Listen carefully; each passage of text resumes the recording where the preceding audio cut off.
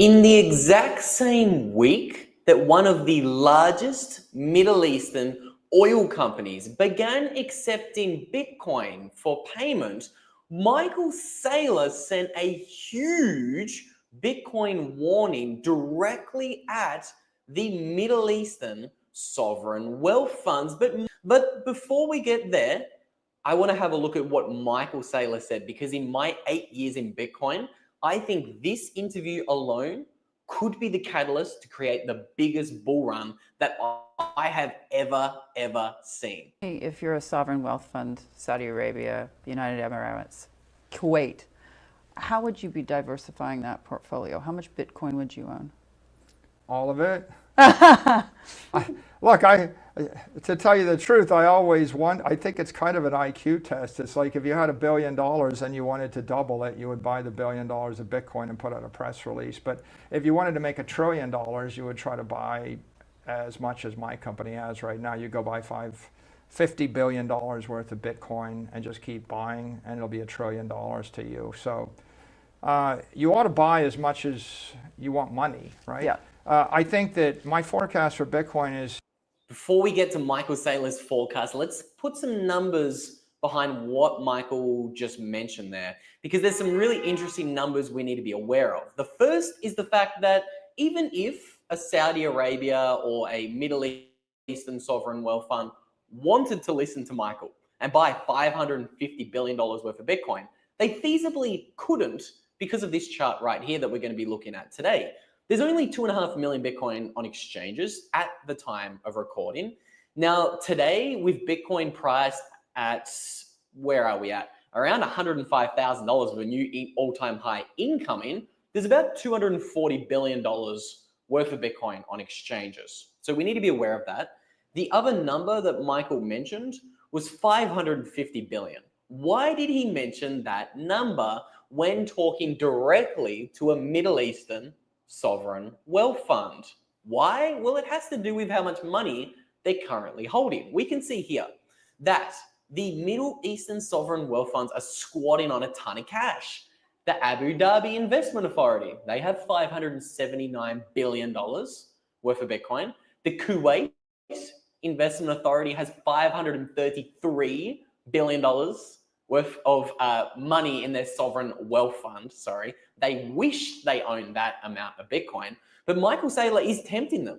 He is urging them to buy significant chunks of Bitcoin. And I do find the timing of this interview really interesting, because we can see here earlier in the week, $14 billion Emirati state-owned oil company, Emirat, now accepts Bitcoin and crypto for gas payments. The petrodollar is dying. Now, this is really interesting, and I don't think that statement's necessarily hyperbolic. The petrodollar is slowly dying in real time. What are the core premises of the petrodollar system? One, the Middle Eastern oil-producing giants need to accept US dollars for payment. We know that over the past 3 years, this has slowly been changing. Before 2022, 100% of global oil trade was done in US dollars. Now, in 2024, only 80% of global oil trade is being done in dollars. I know what people are saying, but look, that's just a 20% change. It's not that much. That's not as catastrophic for the dollar as many doomsdayers are announcing. And that is true, but it's the rate of change that's really important. A 20% change in 2 years, it's big, okay? And look at the currencies that they're getting into now. Look at the currencies the Middle Eastern countries are now accepting for payment. Chinese yuan, we're going to get to this in a moment, but Bitcoin as well. I think this is really interesting and really big. So if these Middle Eastern countries are not accepting US dollars for payment, this is a big signal. But what else was the petrodollar system built on? What else was a core premise of the petrodollar system? It was the agreement that the nations all around the world, the governments, they would save their excess money in treasuries. The sovereign wealth funds of nations all around the world would invest into other government bonds. But that is all slowly and surely changing. We're going to be having a look at what Scaramucci believe sovereign wealth funds are going to be doing next with their money. But before we get to that little clip I've got for you guys, let's finish off the clip we were playing for Michael Saylor, where he was talking about his long-term forecast for Bitcoin. And again, when you were thinking about these forecasts, think about what kind of price is going to pressure these sovereign wealth funds to accept Bitcoin. Some of them might think it's a joke at 100K. But what happens if Bitcoin hits $1 million? Goes up 29% a year compounded for 21 years, which is going to be 3-4 times better than the next best thing. So yeah, I could tell you, yeah, put 5% of your portfolio in it, but smarter would be to put 150% of your portfolio in it.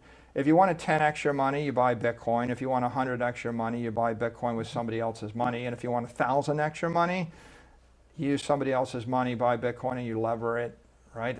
The simplest thing going is borrow money at 3, 4, 5%, invest it at 30 to 60%, keep the difference.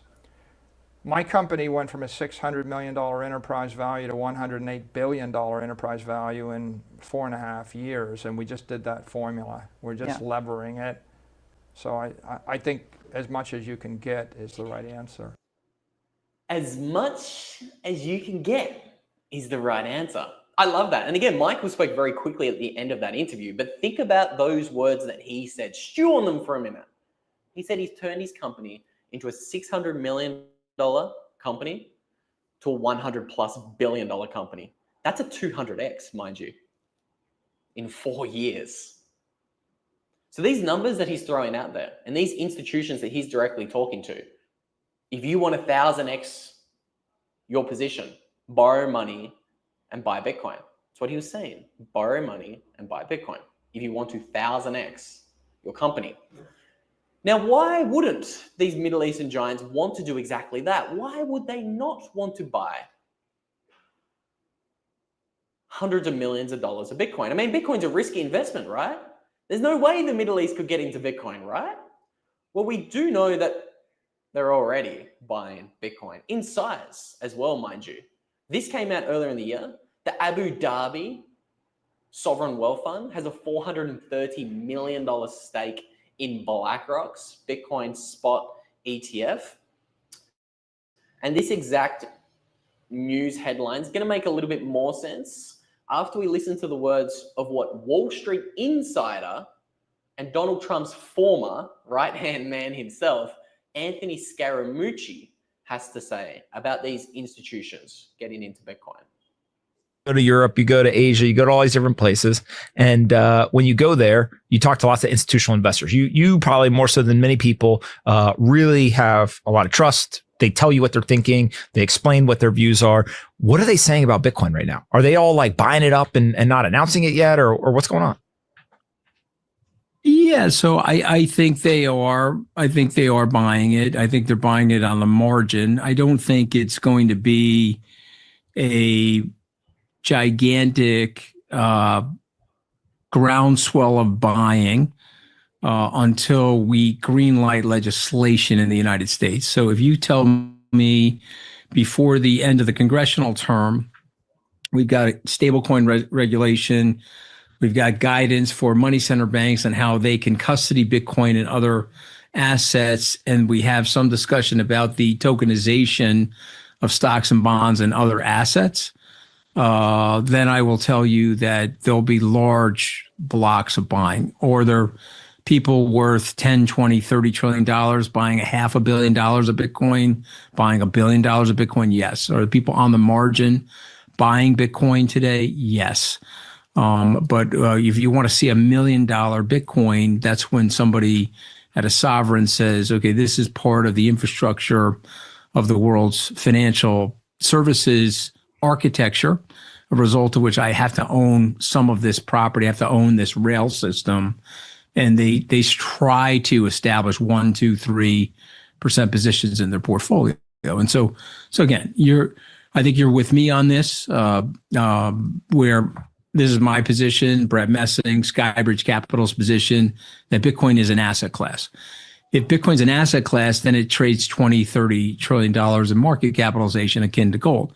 If it's an investment, then it will be in the $1, $2, $3 trillion area alongside of the Mag 7 stocks as an interesting investment and a potentially heirloom collectible. But if you're telling me that things like Stacks, the Lightning Network, things are going to start to evolve in the system that allows us to use Bitcoin in a varying different ways, then yes, you'll see way more institutional ownership. And by the way, okay, so Scaramucci, again, he's talking about two base cases for Bitcoin that I think are completely unrealistic. He's saying Bitcoin could just be another investable asset, like a Magnificent Seven tech stock. It could be worth $1, $2, $3, $5 trillion a coin. Oh, sorry, market cap in total. Now, I think that's wildly wrong. And I actually think MicroStrategy alone is probably going to be worth that in and of itself. And again, this gets to Mike's point in the live chat here. I would rather the sovereign wealth funds buy MicroStrategy. Well, they are. The central bank of Switzerland is buying hundreds of millions of dollars of MicroStrategy.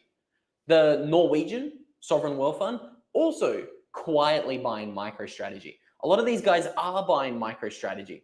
We might open up the can of worms and talk a little bit more about MicroStrategy towards the end of today's stream, because I still have a lot of other stuff I want to talk about regarding these sovereign wealth funds, because I think these are the big players. Again, this is a $50 trillion market. Sovereign wealth funds are huge, and if they're slowly but surely getting into Bitcoin in a big way, I think these are the entities who will ensure that Bitcoin becomes much more than just another investable asset like Mr. Scaramucci just said.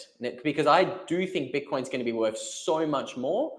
And that's purely because what the world's largest asset managers around the world are openly saying about Bitcoin. Because everybody knows that BlackRock is balls deep bullish on Bitcoin. But what if I told you the $5 trillion giant Fidelity is telling every single public company the fact that they also need to own Bitcoin? And then you compare this to Bitcoin. Average annual return last 5 years, 65%. So the question to companies out there is, number one, what's your return on invested capital? Have you calculated it? How does that compare to your cost of capital? Are you generating shareholder value? Do you have extra cash? And if so, what are you doing with that extra cash? And then the ultimate question is, what's your current opportunity set? What are the investment ideas and opportunities that are in front of you? And do you think, or do you believe the return on those ideas or opportunities will exceed the opportunity cost of Bitcoin? Thank you.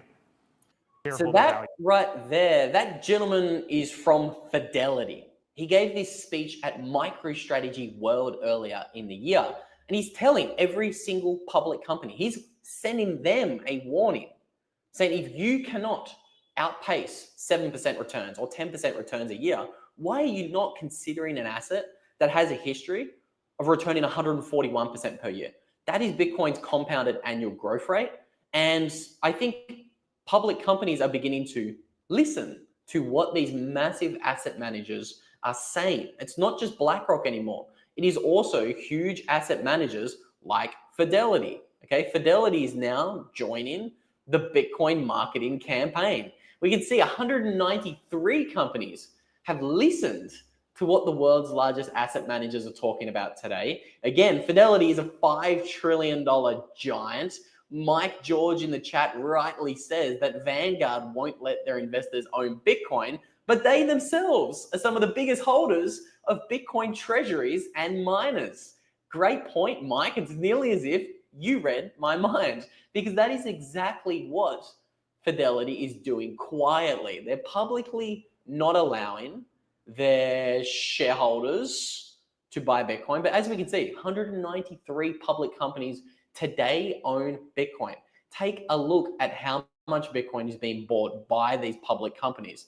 3.3 million Bitcoin today sits in the coffers, in the treasuries of ETFs, public companies. Again, this website's telling us that 285,000 Bitcoin is held by private companies.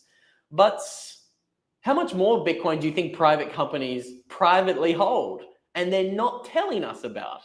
I think it's so much more than the 285,000 Bitcoin listed on this website.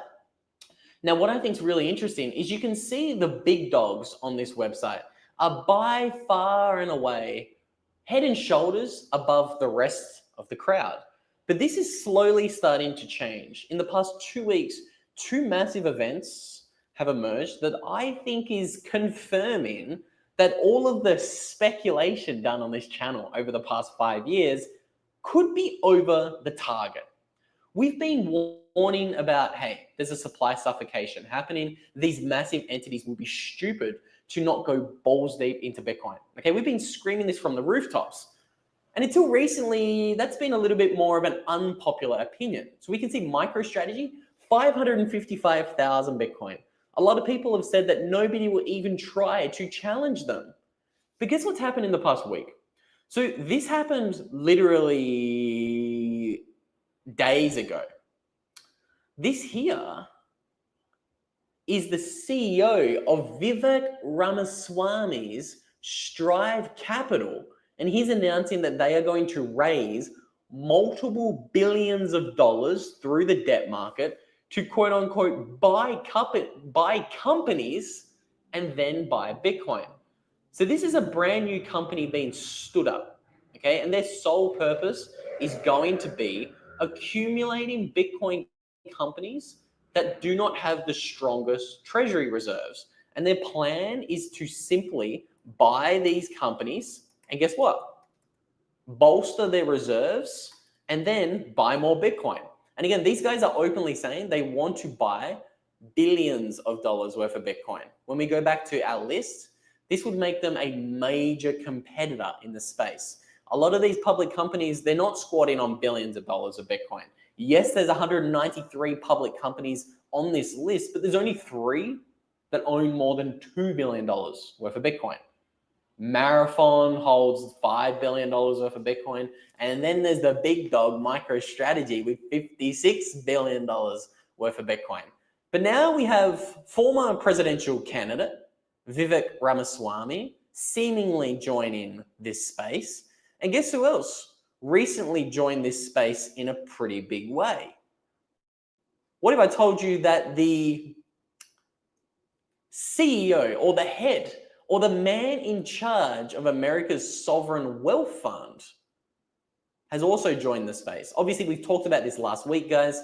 Jack Mallers has teamed up with Tether and the man on screen, Howard Lutnick, to create a new Bitcoin acquisition vehicle. They're going to be launching with 42,000 Bitcoin out of the gate. And they're openly saying, we want to compete with strategy. We want that #1 top spot.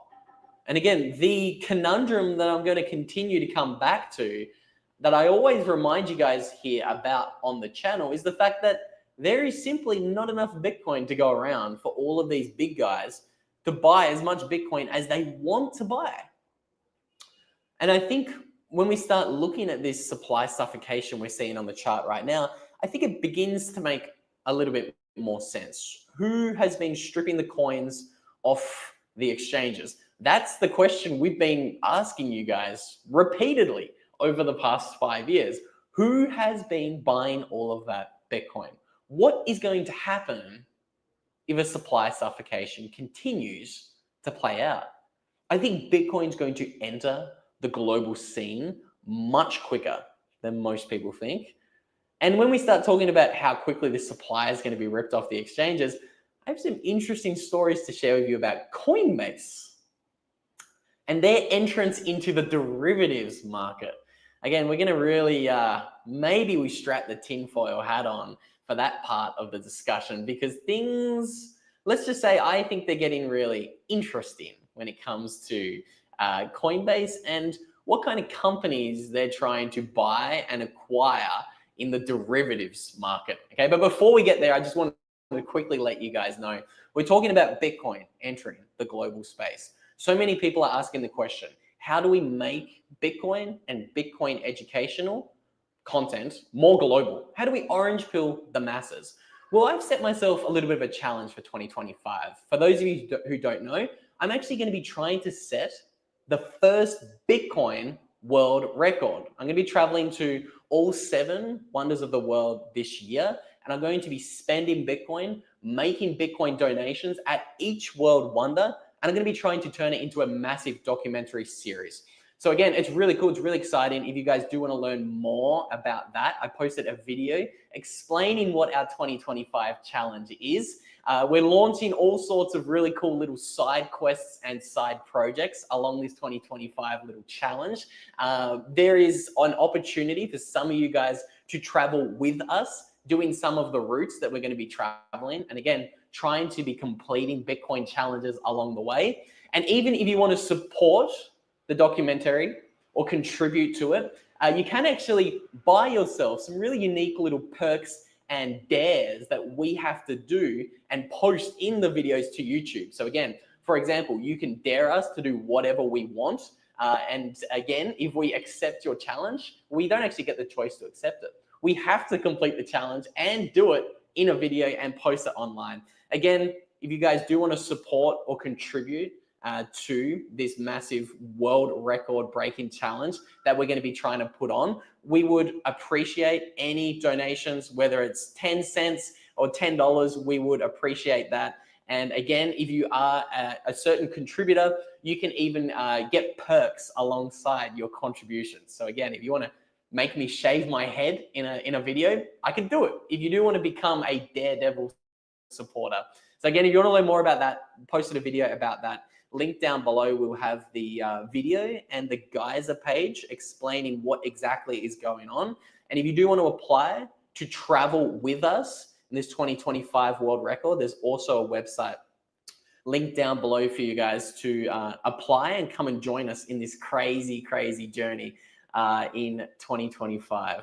So again, we're going to try to set the first Bitcoin world record. So if you want to be a part of that, if you want to come and spend some Bitcoin around the world with us, highly recommend you check out links to all of that stuff down below. Now, speaking about mainstream awareness of Bitcoin, I want to now turn our attention towards the largest exchange in the world, because I think Coinbase might be playing some funny games when it comes to Bitcoin.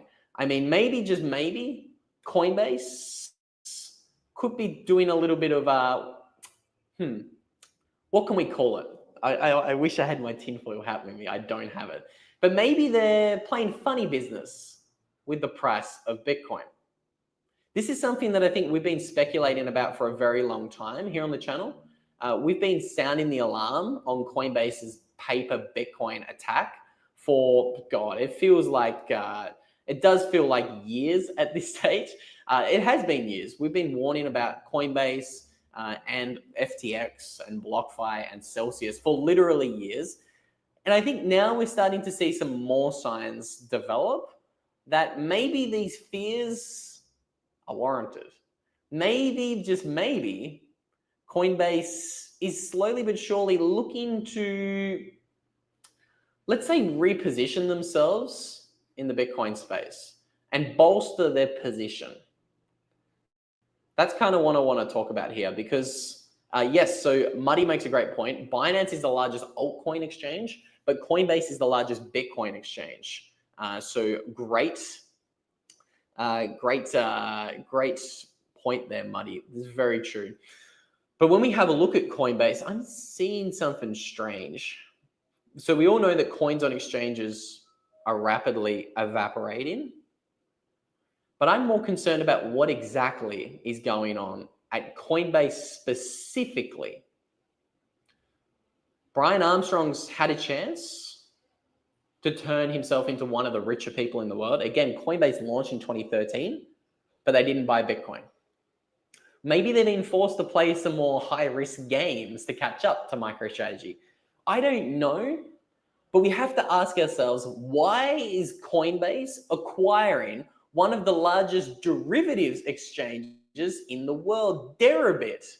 This is a $2.5 billion acquisition, and it's happening at the exact same time that the number of Bitcoin on Coinbase is evaporating, and the number of Bitcoin on all of the exchanges is sinking like a rock, decreasing by 900,000 in the past 2 years alone.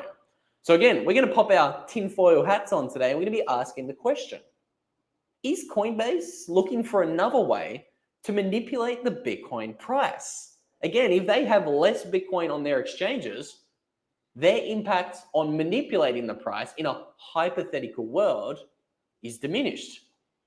Why are they entering the derivatives market, the leverage market, in this $2.5 billion acquisition? Is it to try to manipulate the price through the derivatives market? That's going to be the question we're going to be answering today. And we're going to be looking at whether it's even possible to manipulate the Bitcoin price through the derivatives market. So before we get there, let's bring everybody up to speed here. Let's make sure we're all aware. This right here is specifically the number of Bitcoin on Coinbase. I don't want to confuse anyone because we are talking about multiple different things here today.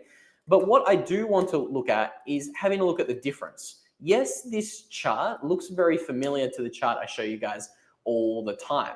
Okay, we always show you guys this chart here. This is looking at all of the exchanges around the world tallied up. This is how much, this includes Coinbase, but Coinbase only contributes about, it's probably about 20 to 25% of the number of Bitcoin on total exchanges. Okay, this is really important to be aware of.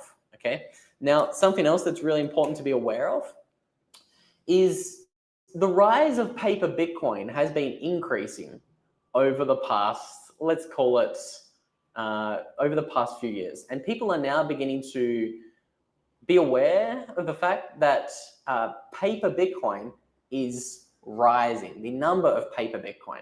So we can see this chart here is shared by an on-chain analyst. Now the green lines we're going to be looking at on this chart, this is representing paper Bitcoin. So let's really zoom in and have a look at this. We can see paper Bitcoin is hitting all-time highs. So the green is measuring paper Bitcoin versus real Bitcoin. This ratio is at the highest that it has ever been. Very important to know of, because why? As paper Bitcoin rises, this means somebody is rehypothecating Bitcoin. Okay, this is because we know that physical Bitcoin on exchanges is decreasing. So this means that the price is being less affected by the physical Bitcoin on exchanges, and it's been more affected, and it's now becoming more volatile by the paper Bitcoin that is on these exchanges. So let's jump back on over. So we can see the black line is measuring the futures open interest. We can see this black line has been precipitously dropping. What does this mean?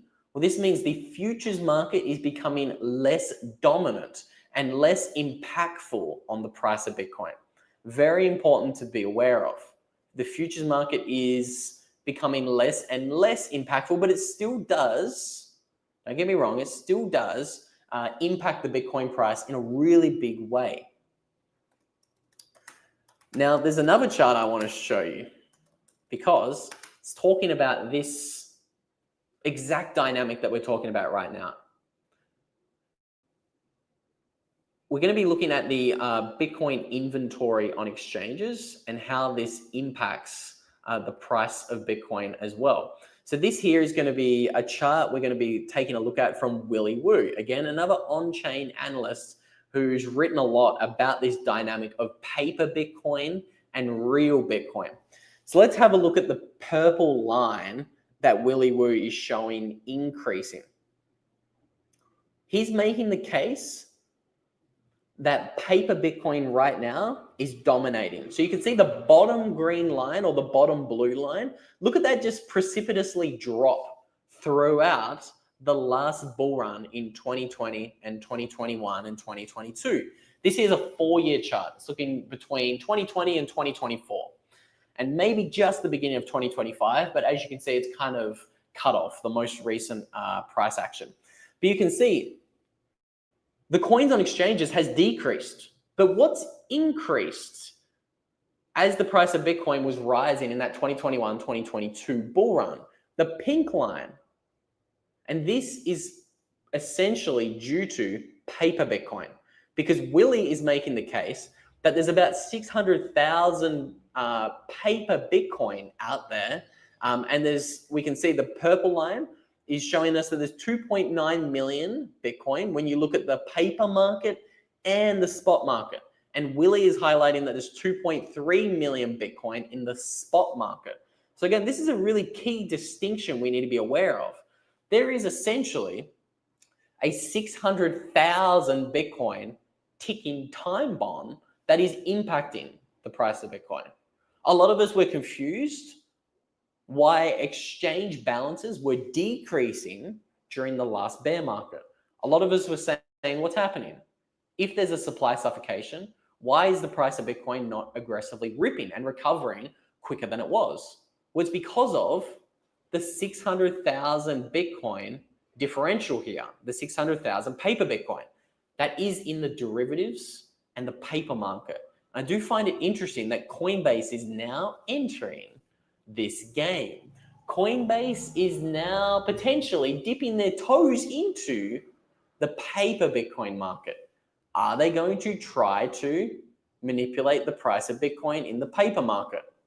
That's a question I want to answer and explore in a little bit more detail here in a moment. But again, if you're one of the sorry individuals trusting Coinbase, I highly recommend you get your Bitcoin off the exchanges. Again, if you want somewhere trusted to buy your Bitcoin, I always encourage you guys to check out the Bitcoin Well. They have not only programs and services for retail plebs, but if you are looking to buy large amounts of Bitcoin over the counter, as you can see here, you can actually book a call with your very own specialist on the Bitcoin Well. You can grab whatever time slot that makes the most amount of sense for you with their Bitcoin Well Infinity program. And again, get your hand held through the Bitcoin buying journey. I get it. Buying Bitcoin at first can be scary, can be daunting. This is why I really like the service that the Bitcoin Well has. And once you have your Bitcoin bought on the Bitcoin Well and you've put it in your own hardware wallet, I always encourage you guys to back up that Bitcoin correctly. Again, Bitcoin 12 or 24 words do not belong on paper. They belong on titanium. And I think the only place you should be putting your Bitcoin 12 or 24 words is onto these titanium plates. As you can see, these things are super clean, and these things, they're leak-proof or idiot-proof. These are really easy to use. You literally slide your little titanium plate in this little guider, and it's impossible to screw up the spelling or the spacing of writing your 12 or 24 words. So again, you guys can get 15% off anything you want to buy from Stampseed with a promo code Luke15. So I highly encourage you guys to get your hands on the titanium plates. Now let's talk a little bit more about fake Bitcoin. We've talked about real Bitcoin with Bitcoin backed up onto titanium. Let's talk about fake Bitcoin. Can it impact the price of Bitcoin? Well, I think the chart we just looked at conclusively is a strong word. Don't get me wrong, I get that. Conclusively is a very strong word. But I think the chart we're looking at of paper Bitcoin versus real Bitcoin with Bitcoin on exchanges is relatively conclusive. I think it shows very clearly that there is something happening here in the paper Bitcoin market. That rise of that pink line throughout 2021 and 2022, it coincides perfectly with the Bitcoin price going through that 12 to 18 month bear market. Again, don't get me wrong, I get it. Correlation is not causation. I'm with you guys. But again, I think it's a little bit of a smoking gun. So I think Coinbase, their entrance into the derivatives market, to me, very interesting. I'll be paying very, very close attention to that because as Jake Thomas in the chat says, if the precious metals market with silver and gold taught us anything, it's that the naked contract short sellers control the price. Now, they do in the precious metals market, and that is because you can't take self-custody of precious metals. Let me retract that statement. It's very difficult to take self-custody of precious metals. Bitcoin is very different. In gold, if you want to get your gold out of a bank in England right now, you are being forced to wait 8 weeks. They're openly telling you, you have to wait 8 weeks. So why are they doing that? It's because they don't even hold the gold they're supposed to hold for you. They're rehypothecating it. Again, Fort Knox, could be empty. Who knows if Fort Knox is empty, but I think a lot of gold banks around the world are, which is highlighted by the fact that the Bank of England is making you wait 6 weeks to get your hands on your damn gold. Now, Bitcoin's very different. With Bitcoin, I don't think we're going to see the same rehypothecation that we've seen in the precious metals market, because it's so much easier to click a button and take self-custody of your Bitcoin. It's really much easier than most people think. Now, Gregory in the chat, I try to answer all the comments here. Gregory in the chat says, does paper Bitcoin include Bitcoin bought OTC, or is it strictly fake Bitcoin? I think it's the Bitcoin in the derivatives market. This is what paper Bitcoin is measuring. It's measuring the futures market, the derivatives market, and all of those other markets that is not spot Bitcoin. Phil is talking about a new all-time high. How close are we to a new all-time high?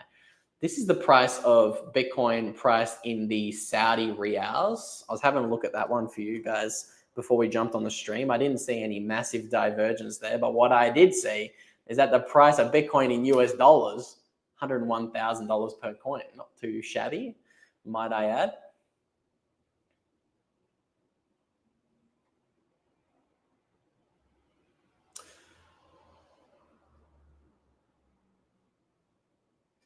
Interesting comments in the chat about what is going to be the next global Swift market.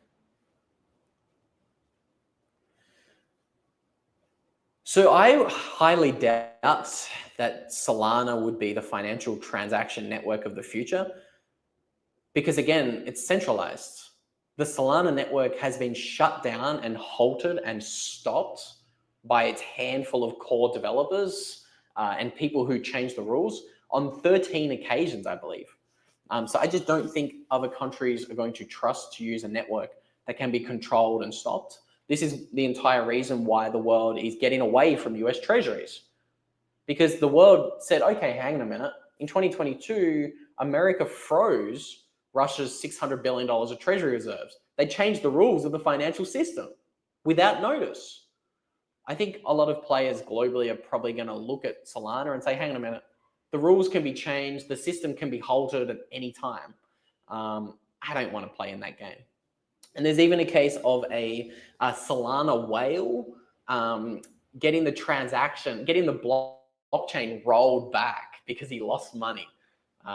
So again, I would doubt that.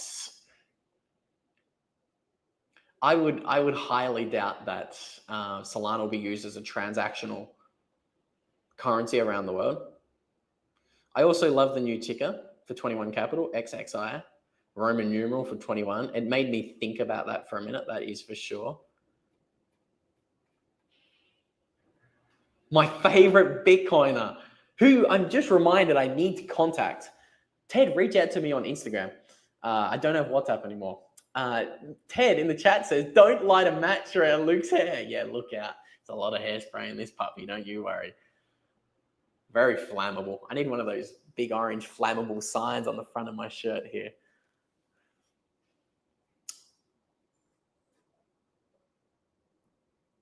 There's hundreds of you guys in the chat, literally thousands. Again, there's 1,094 of you guys tuning in between Rumble, Twitter, and YouTube by my account. So welcome.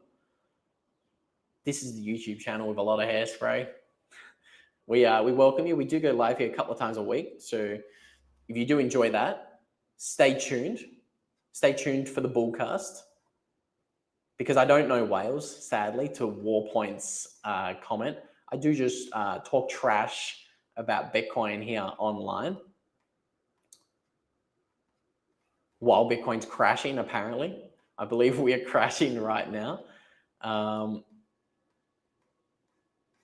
With all that said, guys, trying my best to answer all the comments. With all that said, thank you so much to everyone who tuned in. If you do want to learn a little bit more about that first Bitcoin world record I'm going to be trying to break, I'm going to put a link to a video somewhere over there. If you want to learn more about why I think you can retire on less Bitcoin than you need, I'm going to put a link to that video somewhere around there. With that said, thank you so much for tuning in.